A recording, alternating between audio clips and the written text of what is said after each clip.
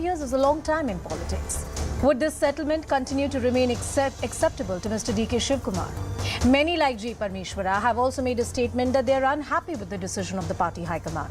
In the cabinet formation process, the party will have to remain mindful of the caste equation, ensure a proportionate representation of various communities who have voted for the Congress party, and lastly, look at the preparations being made for the grand swearing-in ceremony. Congress leaders, many opposition leaders from across the country shall be invited.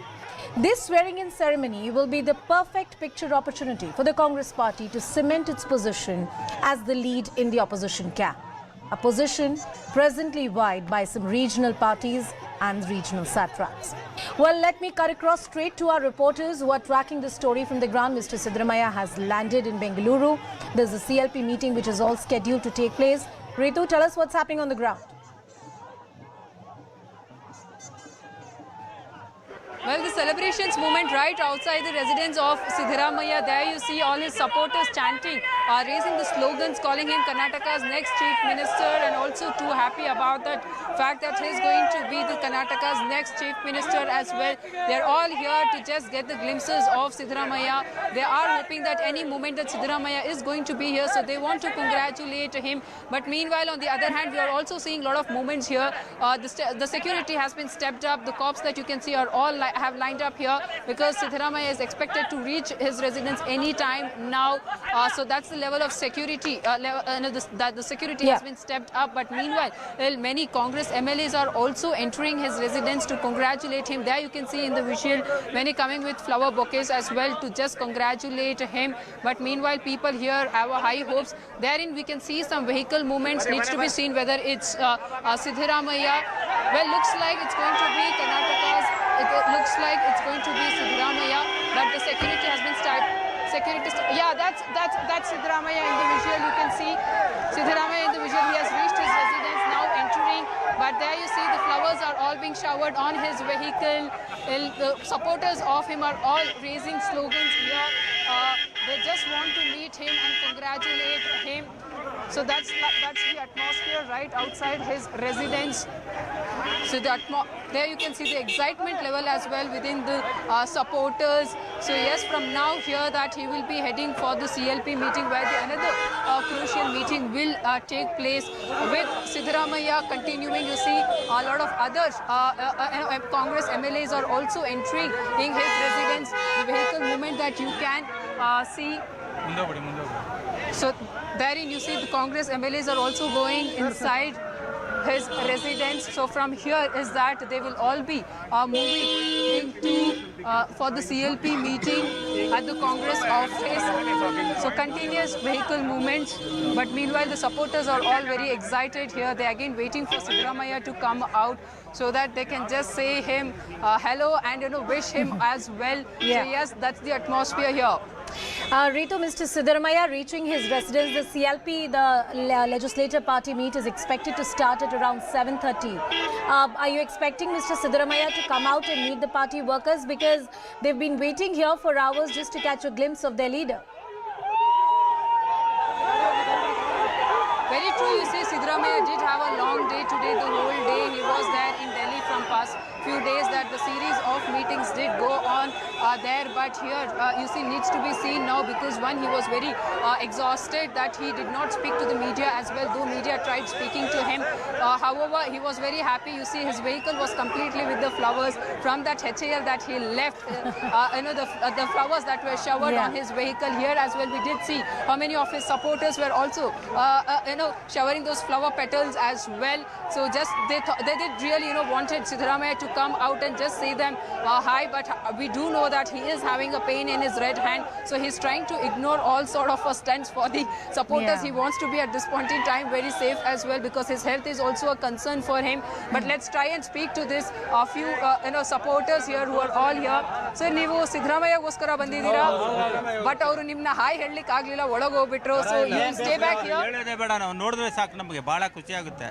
Siddaramaiah ಈ ದೇಶಕ್ಕೆ ಒಂಥರ ಮಾದರಿ ಇದ್ದಂಗೆ ಅವರು. Sir, ಅವರು ಕೊಡ್ತಾರಂತ ಏನ್ ಅನ್ಕೊಂಡಿದ್ದೀರಾ? ಒಳ್ಳೆ ಸರ್ಕಾರ ನಡೆಸ್ತಾರೆ, guarantee.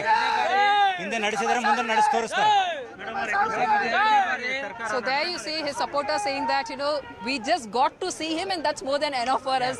Doesn't matter for us, whether he comes out and tells us hi or not, but we just got to see him and we are done. That's the kind of happiness that the supporters are having. But meanwhile, while trying to speak other supporters in Canada, that you see other supporter was also saying that under his governance is that the Karnataka people did get a lot of things, but this time again under his leadership, here people are hoping that there will be a better facilities that will be provided to the people of the Karnataka. There will be a better development as well. We did speak to few supporters back as well. They were saying that finally people of Karnataka have got rid of the alleged corrupt government. That's the way you see the supporters were also targeting the BJP there. But needs to be seen now that any moment again you see the Siddaramaiah, who has reached his residence inside, will be meeting few of these Congress MLAs who have come with the flower bouquets. After all, they couldn't meet Siddaramaiah for a long time because Saturday is that the Congress went on to win with that huge margin, and Sunday there was a CLP meeting, and right after that we did see a lot of back and forth for the CM post. And then after continuous series of meeting is that the Congress High Command finally was today able to come to a conclusion and declare who is going to be the Karnataka CM and the Deputy CM Ritu, as well. you have tracked Mr. Siddaramaiah throughout the campaigning, and even after the election results had come out, I'll come back to you, and it looked like that Mr. Siddaramaiah remained confident since the beginning, ever since the results came out, that he's going to be the next Chief Minister. A decision that took some time, some reasonable time for it to be cemented and come out from the Congress Party High Command. He has reached his residence. He's flanked by the party supporters and workers. 7:30 is when the crucial legislature party meeting has to happen. We also heard from R.V. Deshpande, a senior Congress leader, in conversation with my colleague Harish. Listen.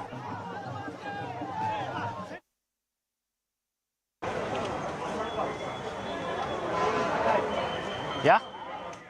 Joining us right now, Senior Congress Leader Mr. R.V. Deshpande. Sir, a tremendous majority that the people of Karnataka have given Congress. Is it a challenge now on how you run the state? A tremendous mandate, a great challenge for us now. People's expectations are high. The corrupt rule has been thrown out, and it becomes the responsibility of the Congress Party, all legislators, that we join hands together and give a good governance, people-friendly government, development-oriented government, and a government which works for the poor, the needy, the young, and the woman, and the farmer. So, a lot of people, a lot of senior leaders saying that perhaps there should have been a few more Deputy Chief Minister posts. It's not decided, no. Who knows how many Deputy Chief Ministers are being... Why are they gossiping? For what reason? One has to have patience and try to know what happens. Only then I can comment. But do you think that should be the ideal way, have at least 4 Deputy Chief Ministers to give No, it depends. It depends on the situation. I have been in many governments. Day for one Ramakrishna government I was there. I worked with 8 Chief Ministers. Understand? So I know how things happen, how ministers happen, what the pressure is there. It all depends upon the situation, what to do and what not to do. So finally, 135 MLAs, a lot of them are also senior MLAs as well. Do you think it's a challenge on how the party accommodates them in the cabinet, what portfolios they are given? See, ultimately, everybody knows that everybody cannot become a minister. So those who are ministers, their responsibility is to take everybody together, and nobody should feel that he's not a minister. Their comfort, the minister should go give to those people who can't become ministers. Thank you, sir. Thank you for speaking to CNN News 18. Cutting across to my colleague Pallavi as well. She is with us on the broadcast. Pallavi, as far as the cabinet formation is concerned, we've discussed how even that's going to be a tricky and a critical exercise for the Congress party. Any instructions which have been given by the party high command on that subject? Well, there was an instruction which was given by Rahul Gandhi day before when he had gone to meet the Congress president, and the word which came out of that meeting, which we were told, was that Rahul Gandhi never said that he has a preference as far as the CM face is concerned. He said that, Mr. Kharge, that's your choice, you decide who it wants to be. But as far as the ministers are concerned, you clearly have to be someone who represents that vote bank who voted for the Congress. So equitable balance of power and representation for people like Muslims, SC, ST, women, they should find a place as far as the cabinet goes. Pallavi, what's your sense? Is Mr. DK Shivakumar being placated? Has he wholeheartedly accepted this decision? Because that's what everybody is talking about. Well, I mean, if I was DK Shivakumar, or if any one of us was DK Shivakumar, and if your ambition is to become the CM and you get to be a deputy CM, certainly you're not going to be happy. Yeah. But he's not talking much. He's not saying much on this topic. Absolutely. He's not saying much on that topic, as Pallavi said. And I think it's true that if you wanted to be the chief minister and you've been given the deputy post, how would you be happy about that? My colleague Harish is also with us on the broadcast. Harish, we are expecting that crucial CLP meet to begin at around 7:30 p.m. Both the leaders have been given a rousing welcome. Give us a sense of what the top leadership, the state unit of the party is really talking about, because the next big thing to watch out for is the cabinet formation and the 5 guarantees that the Congress party had promised to the people of Karnataka. Yes, there are 2 crucial challenges in front of the Congress government now. One is the cabinet formation. Who will get a berth? How will these 2 camps lobby for their own people, their own supporters? How will the Congress ensure that the new caste groups backing them will also find representation? At the same time, in Karnataka, you also have to be mindful about regional representation as well. Kalyana Karnataka has backed Congress to the hilt. Central Karnataka Congress has seen significant gains. That's largely due to the Lingayat vote. So they will have to be given representation. While all this is being considered, they also have to be taking care of the senior leaders that are in the party. Imagine there are someone like K. Munyappa, B.K. Prasad, people who have been active at the center, who have access to the High Command, the Gandhi family, and they're now back in the state. How will Siddaramaiah handle them? Apart from that, a whole list of senior leaders who want to be in the cabinet, and that will be a huge aspiration, and not everyone's aspiration would be fulfilled. And how would you then handle those people, those senior MLAs who are antagonized? These are the challenges for the Congress party, perhaps in the next week or so. Those are the key challenges for the Congress party in the next week or so. Harish, what is the process which is followed from here on? As the CLP meet happens, what is the protocol within the Congress party? What are the different steps that the party is going to undertake as it gears up to form the next government? Well, as soon as the CLP meeting gets over, where Siddaramaiah would be selected as or voted as the leader of the legislature party, he would head to the Raj Bhavan, stake claim to form the next government. He would say that Congress has emerged as the single largest party and also has the majority, and he's been elected as the legislature party, and he should be given a chance to form the government. The governor then would call him to form the government and prove numbers. He would give him a specific timeline before which he'll have to do that. In the meanwhile, in the Congress party, we do understand that DK Shivakumar and Siddaramaiah are likely to head back to Delhi for a series of meetings tomorrow to decide who will make it to the cabinet. The Congress wants to have at least 28 to 30 ministers taking oath in the cabinet tomorrow, day after, alongside Siddaramaiah and DK Shivakumar, and ensure there's not much room for any lobbying after that. They perhaps would keep around 2 or 3 cabinet berths vacant for any political crisis that might emerge.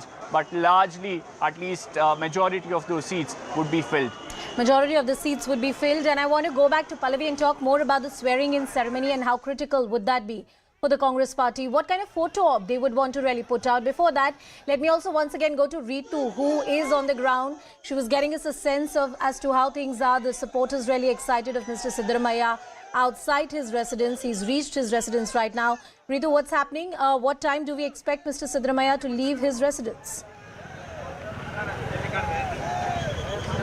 Yes, so he is inside. The Siddaramaiah, in fact, is inside his residence right now, where you see the Congress MLA Rizwan Arshad and also a few others have just entered to first wish him and also congratulate him. So once that all is done, of course, that Siddaramaiah will be out any time. And again, the supporters are all here.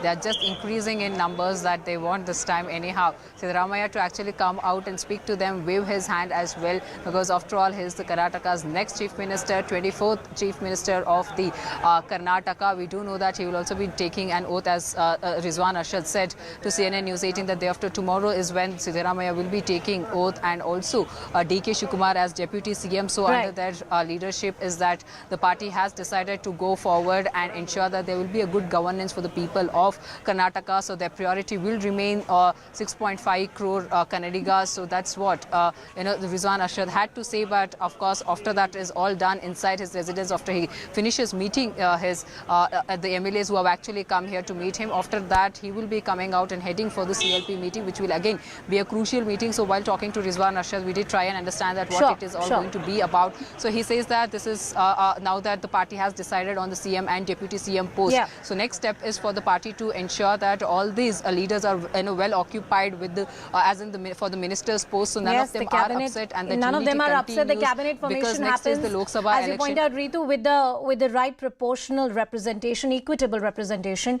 I want to cut back to Pallavi as well. She's with us on the broadcast. Pallavi, that swearing-in ceremony is going to be important for the Congress party, not just from the Karnataka point of view, but the fact that they would want to put out this perfect photo op, which in some ways cements the position of the Congress party as the key leader of the opposition parties in this country. That position has been vied by many regional parties who have been increasing in dominance and questioning the decimating power of the Congress party, and perhaps some questions have been answered by the victory in Karnataka.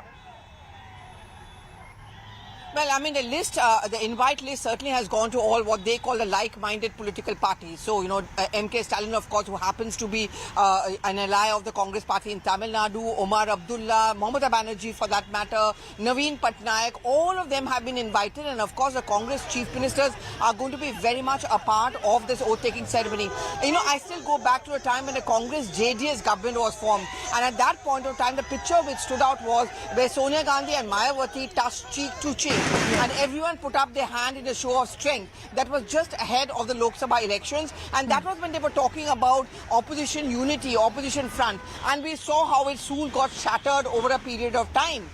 Similarly, I think on 20th, when that oath-taking ceremony takes place, I think the Congress party would actually expect some of the high-profile opposition party leaders to be attending this oath-taking ceremony, and they do a repeat of that because this comes very, very close to the Lok Sabha elections early next year. So Congress party is having sent out an invite.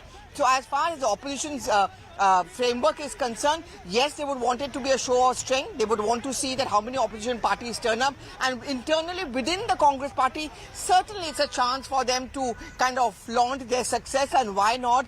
This is a big state and they have breached the southern barrier and they have defeated the BJP. So there are reasons why the Congress party certainly wants to celebrate this in a very grand manner.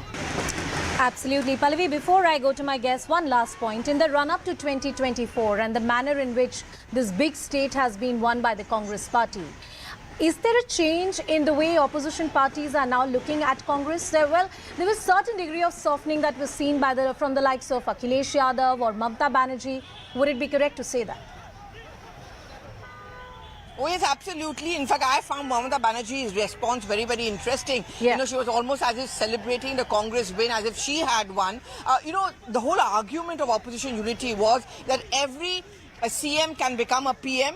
Okay. The whole idea is, and the strategy which has been worked out is that every political party is going to do well, what has been their constituency or the states where they are in power, and therefore you increase the overall kitty. And therefore the opposition parties are looking at this win very positively and seeing this perhaps as an opportunity in which they can defeat the BJP in 2024. All right, Pallavi, thank you so much for putting all that into context and perspective. We'll keep cutting back to our reporters as the details start coming in. Our guests have been patiently waiting with us on the broadcast. Mr. R.P. Singh from the BJP. We have Manish Khanduri from the Congress party. We are also expecting R.K. Upadhyay, the senior journalist, to join us in just some time from now. Neerja Chaudhary, who's a senior journalist, and Tushar Gupta, who's the senior editor of the Swaraj magazine, with us on the broadcast. First, let me go to Manish Khanduri and take in a word from him. Manishi, congratulations. I mean, the name has been decided finally. Relatively speaking, it has been a smooth process, but your critics would say, all right, you have decided on the name, but would this be a stable government? And more importantly, would this power sharing agreement really stick for the next 5 years? First of all, thank you for the congratulations, much appreciated. I would contest a few things that you've said. Sure. First of all, there are a lot of assumptions being made here. I think you are asking the questions that I think I would like to focus on are the formation of the government.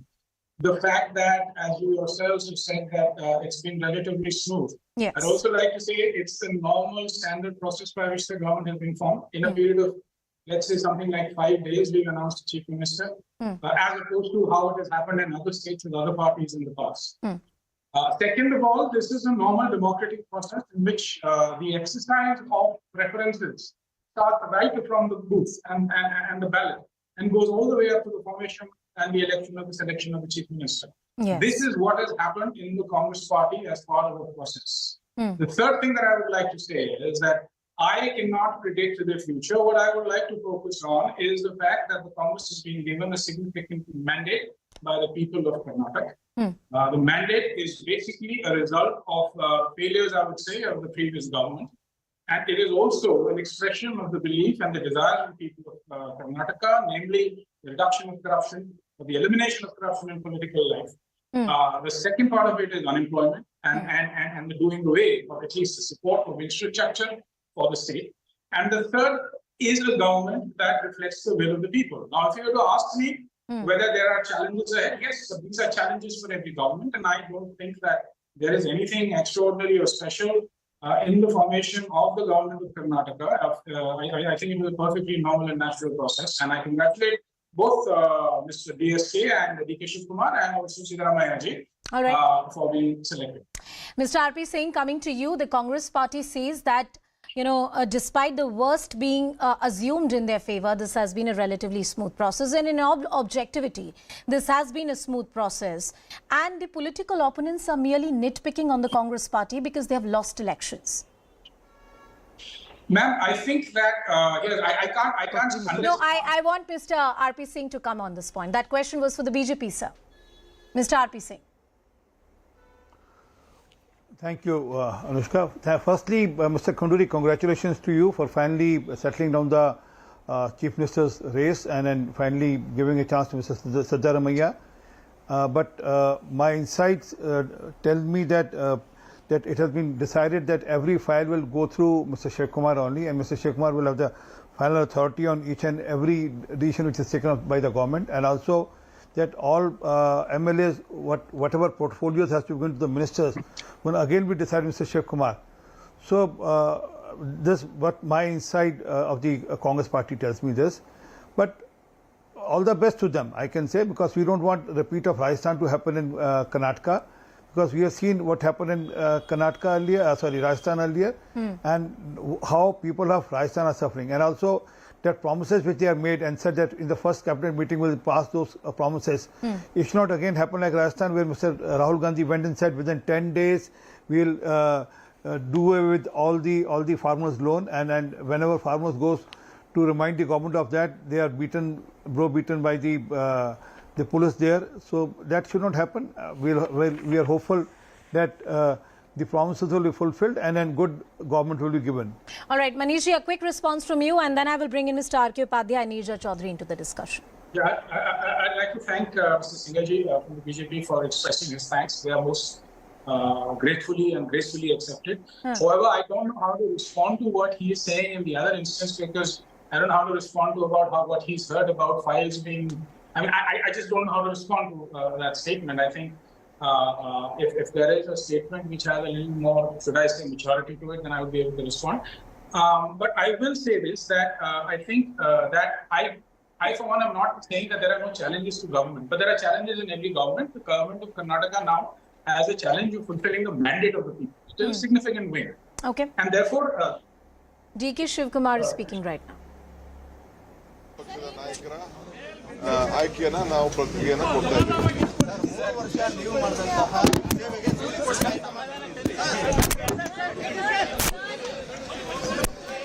Well, that was DK Shivakumar speaking. We'll try and play out that reaction once again. ಆಯ್ಕೆಯನ್ನ ನಾವು ಪ್ರಕ್ರಿಯೆಯನ್ನ ಕೊಡ್ತಾ ಇದ್ದೀವಿ.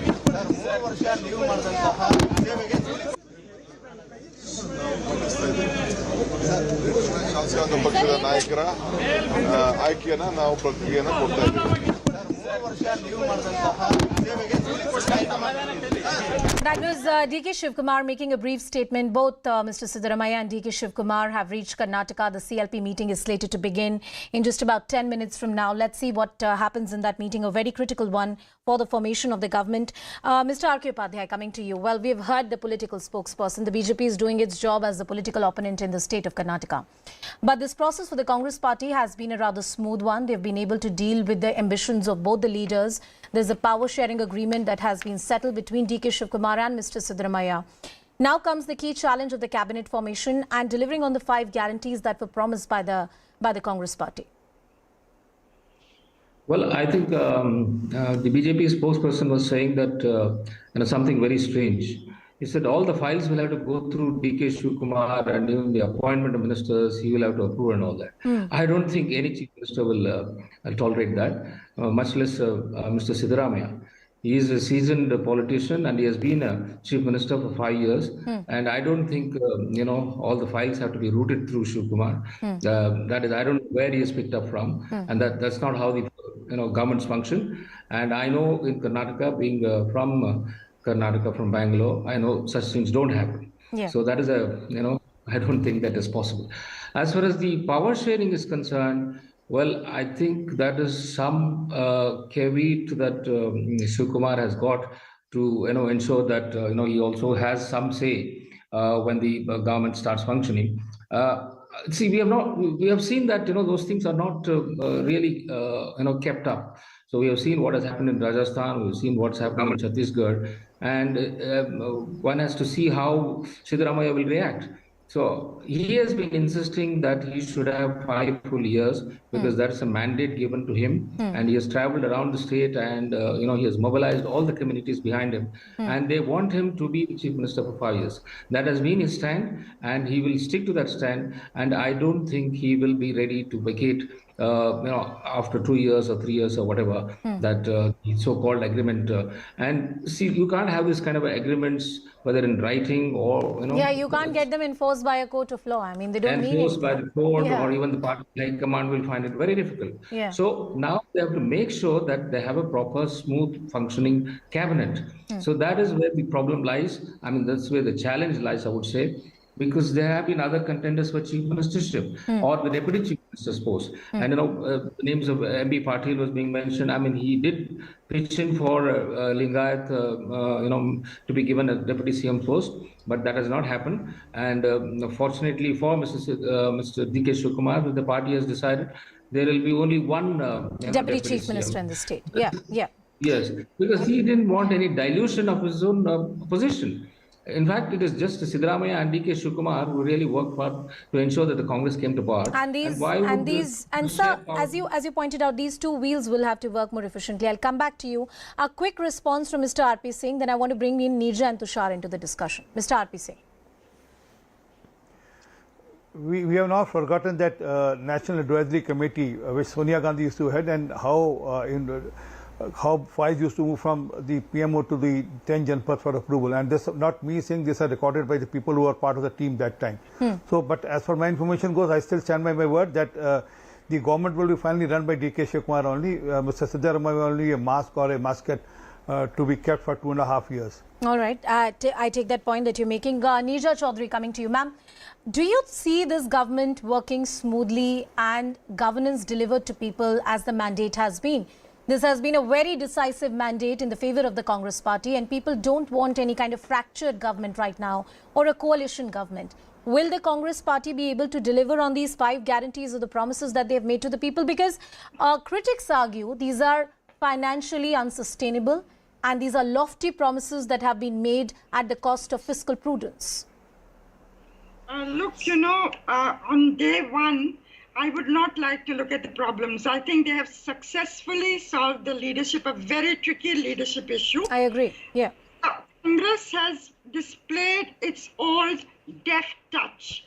And this is very reassuring to people, Congress supporters all over the country. People were watching very, very carefully. They have solved the problem of number 1, number 2.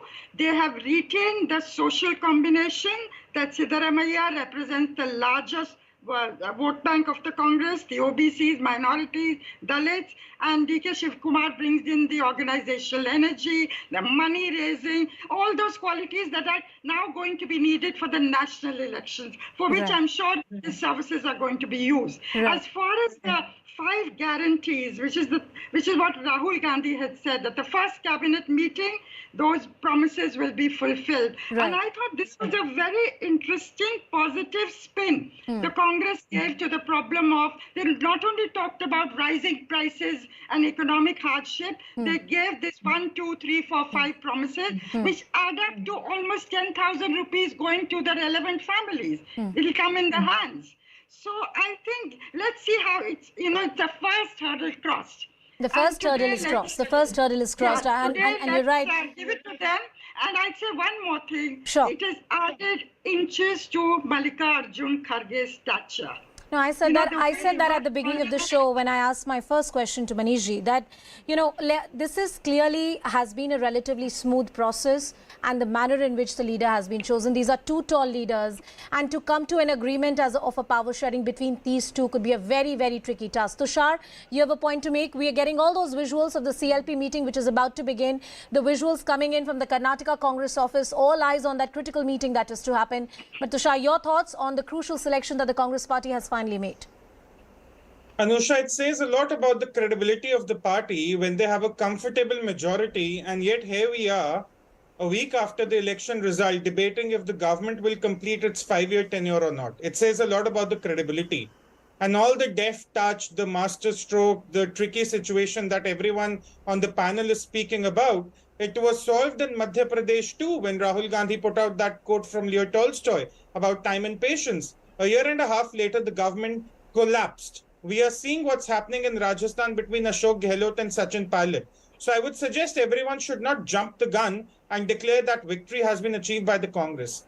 But I'm worried about the future of Karnataka, Anusha, because one, they have inherited, or rather voted, a political confusion, because you cannot be having an array of deputy chief ministers. If you have a comfortable mandate, you need a strong leader, which you have in Siddaramaiah. You need to decide on your deputy chief minister. But what we have been hearing for the last few days is about every community wanting a step in the door, wanting to have a share at some of the cabinet berths. But Tushar, isn't that very symptomatic or very typical of whenever government formation happens, that each leader who has worked for the party would want something, in return from the party? Anusha, that's fine. That's fine. But at what cost? You can't be having 3 deputy chief ministers. There were reports of one of the Muslim law boards probably asking for a Muslim deputy chief minister. My simple question is, Congress has a wonderful majority in Karnataka, and all credit to them. And yet they took so long to decide upon their chief minister. They're having troubles with the cabinet berths. There are a lot of lobbying going on. And secondly, about the economic chaos that they're going to unleash in the form of freebies. Now, Karnataka has good fiscal health. That's a good thing. That gives room to the Congress to experiment with freebies. But again, at what cost? Okay, I'm going to yield it to the Congress spokesperson because he wants to respond. Manishji, please go ahead. Yes, I want to respond to that. First of all, let me respond to the facts. I can't respond to innuendo about what's happening in the future. First of all, Uttarakhand government formation. It took 11 days for them to decide on the chief minister. 11 days. Uttar Pradesh, it took them 8 days. So this May 13th, the results are announced. In 5 days, we've announced the chief minister. These are facts on the ground. You can't just, I'm responding to innuendo about what's going to happen in the future, whether the government is going to last. Exactly, Manish, you can't respond that what's going to happen in the future. Don't interrupt me, sir. Don't confidence that the Congress is going to complete 5 years of government under Siddaramaiah. Please let him finish his point. Tusharji, let him finish his point. Courtesy to be quiet. Manish Kanduri, please go ahead. Listen to my point of view. I did not interrupt you. These are essentially what is being said here is factually incorrect, first of all, which I've already spoken about. The second point that I'm trying to make is, if somebody is saying, they're talking about 3 or 4 deputy chief ministers, where we're just dealing with one at the moment. I can only respond to facts on the ground. I can talk about how things can happen 5 years down the line, 2 years down the line. The fact of the matter is that the chief minister of Karnataka has been named and the deputy chief minister has been named in a process by the exercise of democracy. 1. 2, it has been, from all intents and purposes, a smooth transition of power and a smooth process. 3, there are challenges ahead of us. There are political challenges, there are economic challenges, because it's a large mandate. But those challenges will be met when they come and overcome, and I'm sure the Congress party, and I know the Congress party is preparing for those challenges. Now, if you were to ask me what's going to happen 3 years down the line or 4 years down the line just to make a news item or a headline, I'm sorry, this is CNN, this is not the Sun from the UK. Tushar, I agree on that point of what is a reasonable point per se. I mean, in a sense, there have been longer durations as quoted by the Congress spokesperson. And yes, these are facts, you can't debate them. This was a reasonable time for them to come to a consensus, wasn't it, Tushar? It's not about the time they took to come to the consensus. What I find interesting is that the Congress spokesperson here, again, I say it, that Congress has a wonderful majority, and yet he claims that he cannot be very sure about the future of the government or the party or whoever is going to be the leadership. That is what I'm talking about. That is this a temporary arrangement like we saw in Madhya Pradesh, where we were told that the situation between two stalwarts of the Congress, Kamal Nath and Jyotiraditya Scindia, has been sorted out? Is this again what we heard in Rajasthan? Okay, I don't think that's what Manish said, but Manish, go ahead and clarify your point. No, that is not what I said at all. That is not what I said at all. I think my statement you misconstruing or maybe taking my statement out of context to take it to some other state. No, that's not what I'm saying at all. So let me reframe the question, Manish. I am not taking away from the Congress party the huge mandate they've got. I began this discussion with you, Manish, by saying that this is a smooth process and it was a tricky one, as Neerja pointed out, to have a power sharing agreement between these two tall leaders. But the past of the Congress party, say in a state like Madhya Pradesh or what's happening in Rajasthan, is something your political opponents are throwing at your face again and again and questioning you. Well, it can happen in Karnataka. Why won't it? So, well, that's a direct question, and I would like to give a direct answer. Yes. Okay. Thank you for that direct question. So here's my answer. Right. I want that what the Congress party is essentially a democracy, a functioning democracy. There are interests, there are people, there are leaders who have these various interests, various opinions, various points of view that sometimes come out in the public domain more than what I personally know happens in the BJP. It's not as if there is any particular difference between the BJP and the Congress in terms of ambition, in terms of differences between leaders, in terms of political maneuvers. Absolutely none. What happens in this case, I think, and I would congratulate the BJP in at least having the semblance of managing it behind the curtain. Yeah. Right? I would completely agree with that. Now, let's come to your question. I think that the challenge for Karnataka going ahead is basically implementing the will of the people and implementing on the promises that we gave the people of Karnataka, which I'm sure they will. But Manish, I'm sorry, I have to ask you, I'm struggling to find an answer to my question. What makes Karnataka different from Madhya Pradesh and Rajasthan? A direct question I'm putting to you. I don't think this is the perfect time to talk about this, but this is what your political opponents are asking you and you must answer them. No, I reject the question in the first place. I mean, I'm rejecting the question.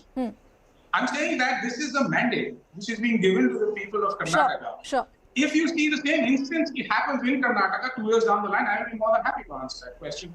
It's conjecture at this point. No, I take that point. I want to bring in Mr. Upadhyay into the discussion. Mr. Upadhyay, please go ahead. No, I think they're just jumping the gun. I mean, two spokespersons are, going into the future. Today is day one. The election of the, legislature party leader is being done. And let's wait. Let them have the cabinet first. And then let's see how it goes. I mean, before that, you're talking about how they may not be able to work together, what happened in Rajasthan, what happened in Madhya Pradesh. I think those things are not relevant today. We have to look at how basically the Congress were able to finally get a good understanding between the two leaders who really had a case for each other. I mean, they both of them have worked really hard to win this election, and their contribution was immense. So Mr. Upadhyay, I want to keep the political spokesperson aside. And I want to keep aside what the BJP or the supporters of the BJP may say, or, what the political voices are coming in. As a seasoned journalist, sir, as a senior in the profession, I ask this to you.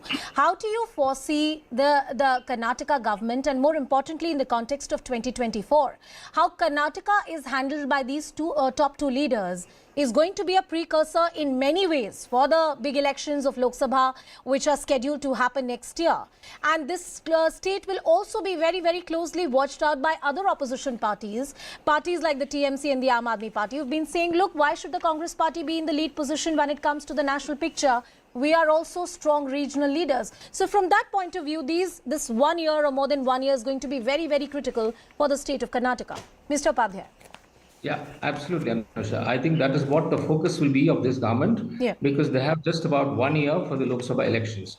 And they need to get their act together right now. Because in 2019, as you've seen, BJP swept the Lok Sabha polls. They won 26 out of 28. And Congress was reduced to 1 seat. And for the first time, it was happening like that. Because the Karnataka has always been a bastion of the Congress. Even during the emergency, when Mrs. Gandhi lost, seats all over the north, Karnataka gave them 24 seats. So this is the kind of background on which this government has come in, and Mr. Siddaramaiah has his hands full to make sure that the Congress gets back his majo in Karnataka and gets at least 8 to 10 seats. In 2013, when he was the chief minister, he made sure that the Congress got 9. Yes. But then in 2019, it's just slipped away. Yes. So now the focus will be on ensuring that they give a good government.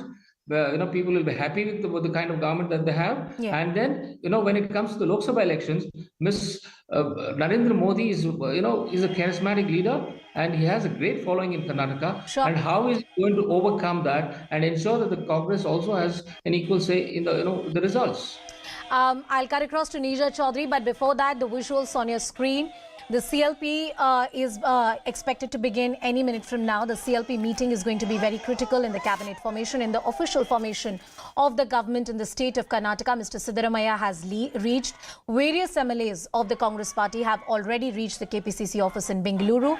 You can see the visuals outside, the large number of supporters who have gathered. The visuals first here on CNN News 18. While Mr. Siddaramaiah was leaving from his home and he is en route to the party office, that's when the meeting is expected to begin in the next few minutes from now. And that particular procedure within any political party is very, very critical and intrinsic to the formation of the government as and when the swearing in really happens. Neerja ji, taking that point to you that I was discussing with Mr. R.K. Upadhyay, that this 1 year or roughly more than 1 year is going to be very important for the Congress party. All eyes of the opposition camp as to how the Congress party runs its affairs here. This is also a state where they would want to make sure that they get their mojo back. Can Karnataka deliver it for the Congress party? That's perhaps left best to the administrators or the organization man like DK Shivakumar and other people. Look, first obstacle has been crossed today. Yeah. But the Congress party will really, really have to be on its toes, because the BJP is not going to sit quiet. The BJP is going to be very quick in terms of the correctives it now puts into place. I can expect the Prime Minister to reach out to the Lingayat community once again, and because a chunk of the Lingayat community is... Neerja ji, we seem to be losing your audio. There's a problem with Neerja Chaudhary's audio. Let me check if the audio is back. Neerja ji, please go ahead. Yeah, therefore, the Congress cannot afford to sit back even for a moment. All eyes are going to be on how they run Karnataka for those signals, the appropriate signals to go out to other states also. Because I really expect the BJP to come back with its correction plan to rectify the situation, and also particularly to reach out to the Lingayat community whose support it has had over the years, and a chunk of the community voted in favor of the Congress this time. But what we can see this time, that the Congress has been that.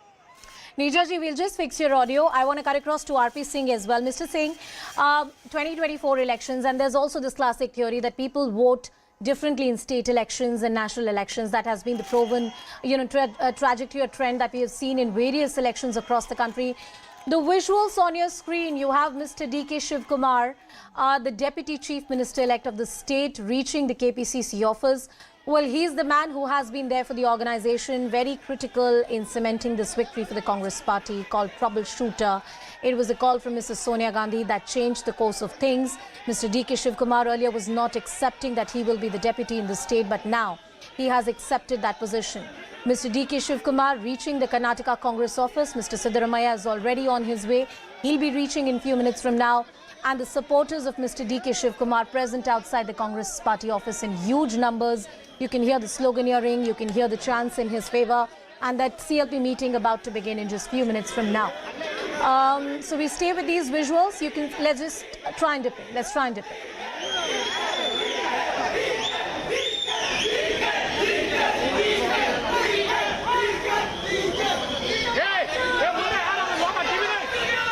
Kumar has not made any elaborate statement each time he has been confronted with questions by the media. He has continued to remain committed to the Congress party. There was never ever any hint of any kind of factionalism which was being engineered by him. Political rivals were saying, well, could there be a vertical split within the Congress party? All that criticism has been brushed aside with an important decision that the Congress party has taken, and rather swiftly. I would like to go back to RP Singh, the BJP spokesperson with us on the broadcast. Sir, In 2024, in Lok Sabha election, like the last time, the BJP had swept the state. The manner in which the victory was cemented in Lok Sabha election was unprecedented in many ways. With the state election results going in the favor of the Congress party, do you think that the edge of the BJP could still be maintained? Well, Anushka, state elections and parliamentary elections are contested on different agenda and different issues. One.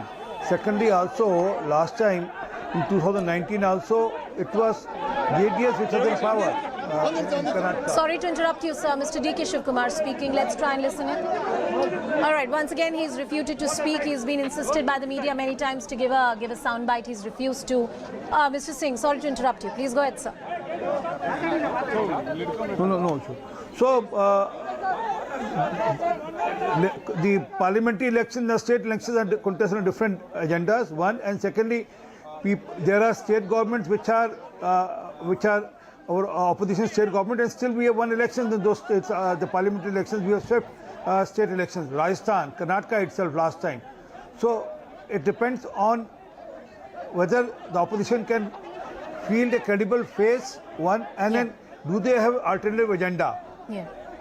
As on date, I don't see any of them. I mean, I don't see a credible face among the opposition also, and also that they don't have any agenda which can be countered to the welfare schemes of the Prime Minister Modi. All right. So, well, that's a fair point to make, and I said that during my question as well, that yes, people vote differently in state elections and national elections. There are various elections that one can really look at. West Bengal is a very classic example, a state which did not actually work in the favor of the BJP, because in the state election it was TMC which formed the government with a decisive mandate. Tushar, you had a point to make. Please go ahead.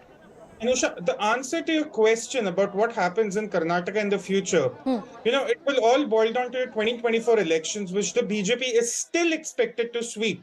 Now, if Siddaramaiah can win as the chief minister 20-odd seats for the Congress in 2024, he would strengthen his chances to be the chief minister perhaps for the next 10 years. But if he cannot, if this repeat of 2019 happens where BJP sweeps the state, it will be curtains for Siddaramaiah, and DK Shivakumar will make a case for him to be the chief minister after 2024. It will repeat as it repeated in Madhya Pradesh. That's what I believe. Mr. R.K. Upadhyay, you want to comment on that point, that 2024 is going to be different for the Congress party? I saw you nodding, so I came to... Yeah. No, I don't understand how the responsibility lies only with Siddaramaiah and the DK can jump in and take his position. Yeah. After all, he's the KPCC president. He also has equal responsibility of ensuring that the Congress wins as many Lok Sabha seats as possible. So I think there is too much of a hypothecation in this. We should not jump to these conclusions. No, sir, but sir, I do want to understand this from you, that in Lok Sabha elections, voters, cast vote on completely different elections. An Indian voter has that political maturity and sense that when he votes or when she votes in a state election, there is a different set of issues dominating her head. And when the person votes, say in a Lok Sabha election, it's a different set of issues that the voter really looks at. Will the Congress party be able to convert this from a state election victory at the national level? Is that possible for them? Mr. Upadhyay, that was for you. Okay. Yeah. I didn't get the point. Yeah. No, what I'm trying to understand from you is that if the voting pattern and the state at the national level are very different, then is it fair to say that the Congress party will be able to cement similar kind of victory even in the Lok Sabha elections? Talking about the state of Karnataka particularly. Manishji, I'll come to you after this. No. See, I think people vote differently, and as we have seen, parliamentary elections, the difference, in the vote is huge. I mean, when we take 2019, the BJP candidates won by more than 2 lakh votes in, I think, 12 constituencies out of 26 they won. So, the parliamentary election has a different flavor to the whole thing because of Mr. Narendra Modi, and he's very popular in Karnataka, and he has done it many times. So I feel that it's a big challenge for Siddaramaiah and DK Shivakumar to ensure that the Congress has a foothold in the Lok Sabha elections as well. And if they can win at least 6 or 7 seats, I think that will be an achievement compared to what it was in 2019. Because in 2019, they were just swept away. And now that JDS has also, withering away, there's a bigger challenge for the Congress. Okay. See, JDS used to take a certain percentage of votes. Now it looks like after what has happened in these assembly elections, Yeah. it's going to be more challenging because it's going to be a direct fight between Congress and BJP. Manishji, a quick and a final point for you. Sure.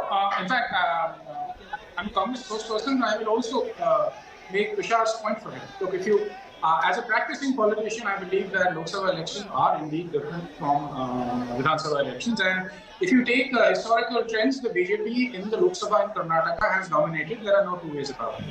However, also as a practicing politician, I would like to state that one, the Congress is on the path to change, and a significant internal revolution has happened in the party since we realized we took lessons from our losses over the last 4 or 5 years. And that has resulted in a structural, organizational, philosophical change in the Congress, starting from the Udaipur revolution, going to the execution of the, I'm saying myself, the brilliant Bharat Jodo Yatra.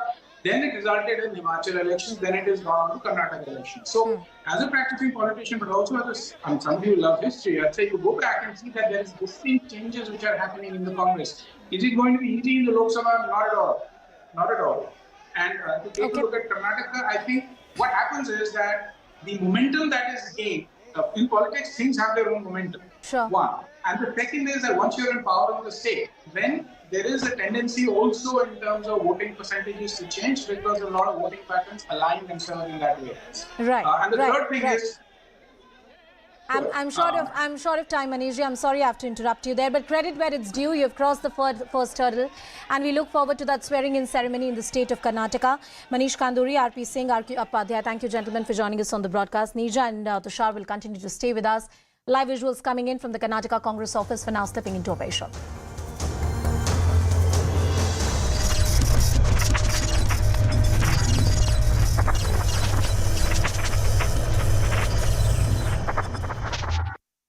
About 7 to 8 days before a consensus could be arrived, and after that, Hemant Biswa Sarma was sworn in, and it has been what, like 3 or 4 days after the election results were out in Karnataka. So we have had instances of 7 to 8 days in parliament in choosing of the CM. And while I am not trying to make a comment on their internal process, I think this entire frenzy in sections of media and this frenzy being artificially created by the opposition, which is the BJP in this case, is completely uncalled for. We have a democratic process within our political party. I don't think this is being created by the media. It is playing out in the full public glare, in the media glare.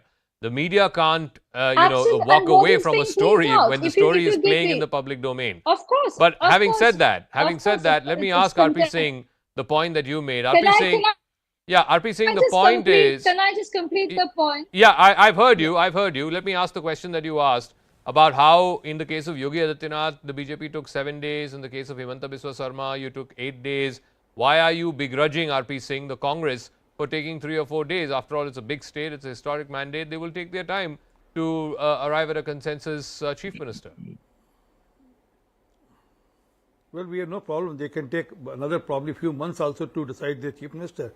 But Zaka, please ask your backup team to search through. Was there any noise in the media or anywhere else or there were any leg pulling or any sort of another level of tug of war going on between these CM candidates like is going on here in Karnataka? One. Secondly, parallelly you are missing on one thing, which is that what's happening in Rajasthan today. I mean, what happened in Rajasthan few years back, and the people of Rajasthan have suffered because of that, and exactly the same is being repeated in Karnataka today. Sachin Pilot was in race.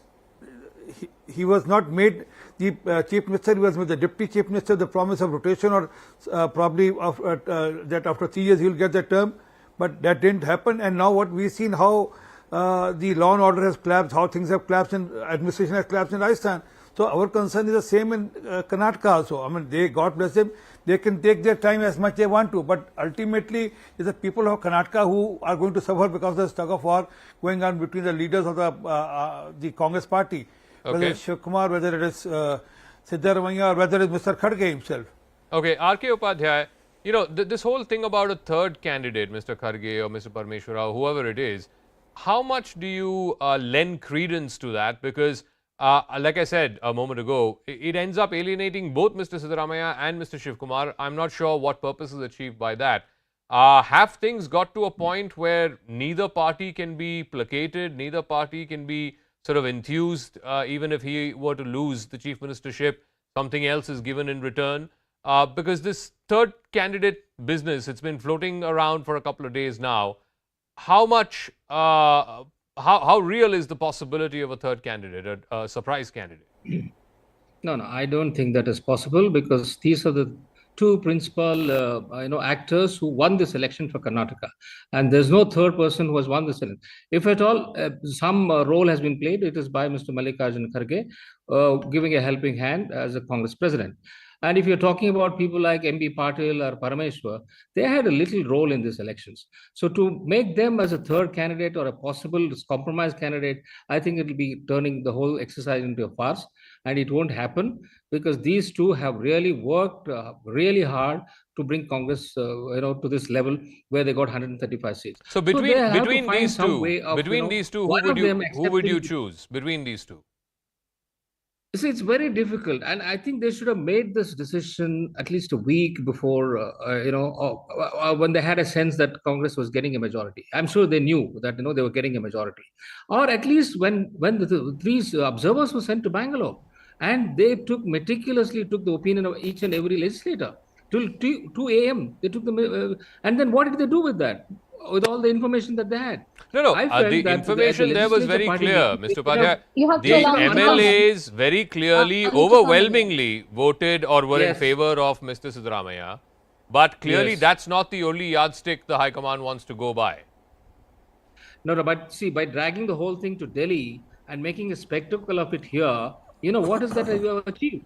I think they've made made Karnataka into a farce now. Okay. Because you have the media glare, every single meeting of, whichever leader is meeting, whichever leader is being covered, and people are speculating on what's happening. And the fact that the Siddaramaiah group went to town.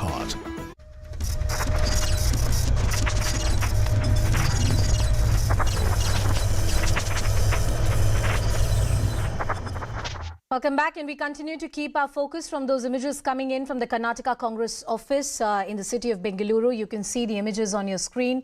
Huge number of party supporters are present outside the office. The CLP meeting is expected to begin any time from now. We have had Mr. DK Shivakumar, who has already reached there. Various other MLAs have already reached the party office. I want to cut across to my colleague Harish, who's tracking all the developments from the KPCC office. Harish, in how much time can we expect this meeting to begin? Well, it'll start perhaps in the next few minutes. Remember, there is at 8:30, there is an appointment given by Raj Bhavan to Siddaramaiah. So they will have to reach there and ensure that Siddaramaiah stakes claim for forming the next government. He will give a letter saying that this Congress legislative party has elected him as the leader and he has the required numbers, and then reach across to the Raj Bhavan and ask for an opportunity to form the next government. The governor would then respond and say that he can form the next government and prove his number by a certain date. That's the procedure now. It's a mere procedure, as we said, and perhaps that's likely to happen in the next 15 minutes or so. Mr. DK Shivakumar did not speak anything when the press wanted him to make a statement. Has Mr. Siddaramaiah reached already? Harish, did he speak anything? Yes, even Siddaramaiah has reached. None of these leaders wanting to talk anything now. Yeah. They have to ensure that they get done with the procedure as soon as possible and reach Raj Bhavan on time according to the appointment given by the governor. And not much to discuss here. There will be one person who will propose Siddaramaiah's name.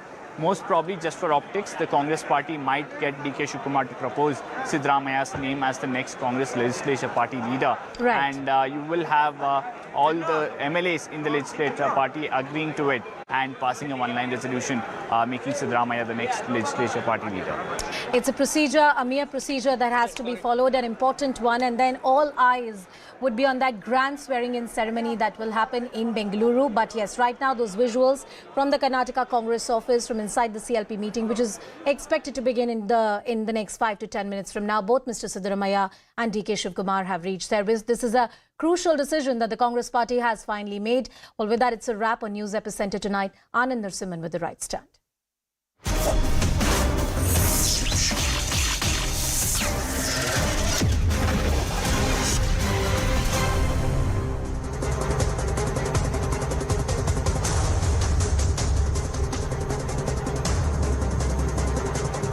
Namaste, Jai Hind, and welcome to this edition of The Right Stand. Ladies and gentlemen, we begin with an exclusive development. There's been a change of leadership in Afghanistan among the Taliban.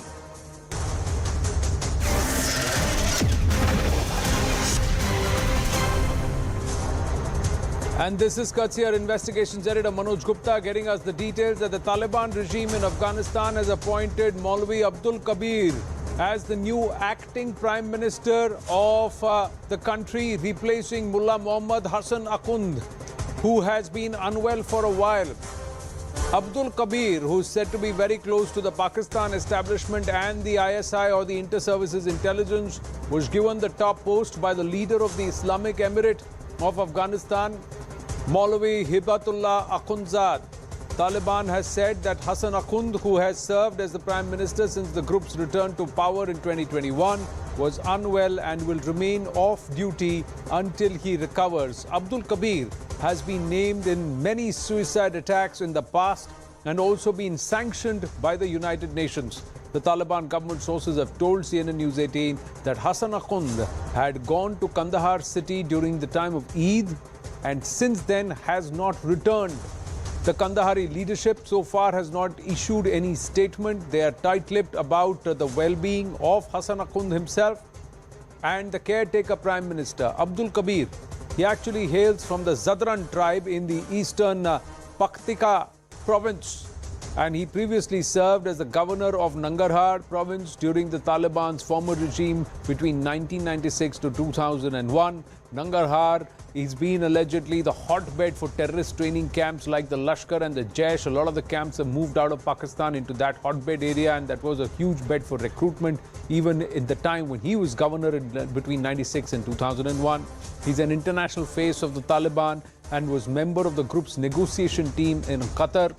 He assumed various roles within the organization, and when the Taliban seized power back in August 2021, as the US and NATO forces pulled out of Afghanistan after 2 decades of war, Abdul Kabir was actually appointed as assistant to Hassan Akhund's economic deputy.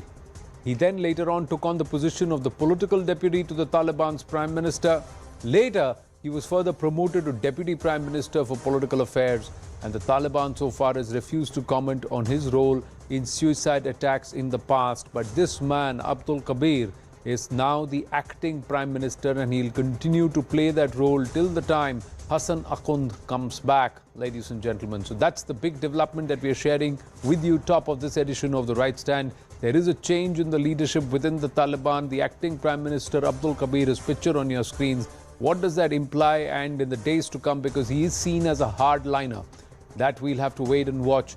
But this is the development that Maulvi Abdul Kabir is now the acting Prime Minister of Afghanistan. Moving on. In a big win for India, a court in the United States has granted permission for the extradition of 2008 Mumbai terror attack accused Tahawur Hussain Rana to India. He's a Pakistani national, served within the Pakistani armed forces, immigrated to Canada and then has Canadian citizenship, but plied his wares running an immigration business in Chicago, and he is seen to be a close associate of David Coleman Headley. The US has allowed the extradition on India's request. Tahawur Rana, Canadian businessman of Pakistani origin, being sought by India for his alleged involvement in the 2008 Mumbai terror attacks. India had filed a complaint on the 10th of June 2020 seeking the provisional arrest of the 62-year-old Tahawur Rana in order to facilitate his extradition process. The Biden administration has expressed support and granted approval for Rana's extradition to India. Now, India's anti-terror agency, the National Investigation Agency, or the NIA, is probing into Tahawur Rana's role in the Mumbai 26/11 attacks carried out by Pak-based Lashkar-e-Taiba terrorists in 2008.